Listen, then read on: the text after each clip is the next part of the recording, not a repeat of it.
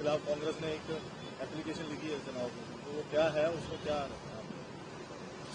देखिए, हमारे legal cell ने जो लेटर लिखी थी उसमें ये कहा गया कि कहीं ना कहीं जिस तरह से राम रहीम को जो पैरोल देने की बात है उसमें उसकी डेट एंड टाइम का जो है वो मामला है, क्योंकि इलेक्शन से साथ साथ जो उसको पैरोल देने की बात करी गई है वो कहीं ना कहीं वोटर को इन्फ्लुएंस करने की जो बात है इसके बारे में कहा गया है।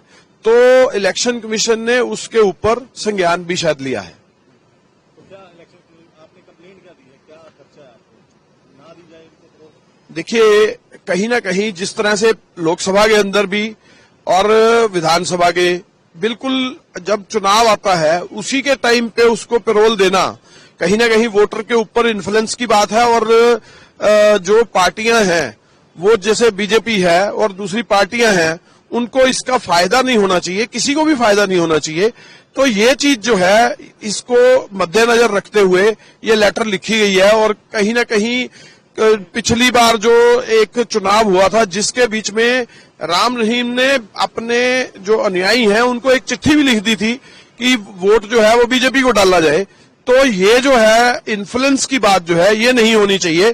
तो इस तरह से मैं जो आपको कहना चाह रहा था कि ये चिट्ठी जो है इन्फ्लुएंस ना हो इस वजह से लिखी गई है। तो आपको लगता है कि राम रहीम अगर बाहर आ जाएगा तो इन्फ्लुएंस हो सकता है, क्योंकि बीजेपी नहीं, देखिए, अब इन्फ्लुएंस की ज्यादा बात रही भी नहीं वैसे, क्योंकि एक तरीके से आप ये देखें कि राम रहीम को लोग सब अब जो अनुयायी हैं वो तो चलो वोटर को कर सकते हैं, लेकिन जो आम आदमी है, जो पढ़ा लिखा आदमी है, वो अब समझ गया है कि किस तरह से वोट डालनी है और क्या काम करना है।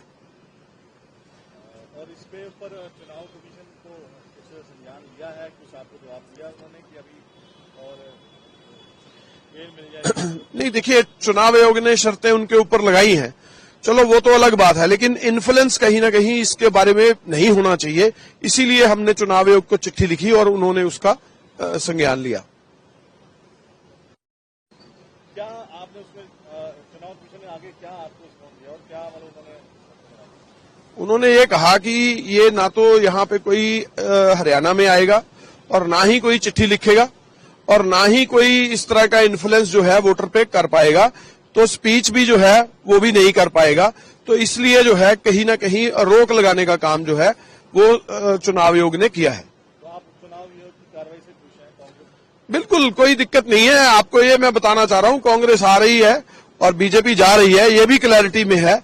तो अब जो है इस तरह की जो अब बीजेपी का षड्यंत्र है वो नहीं चल पाएगा।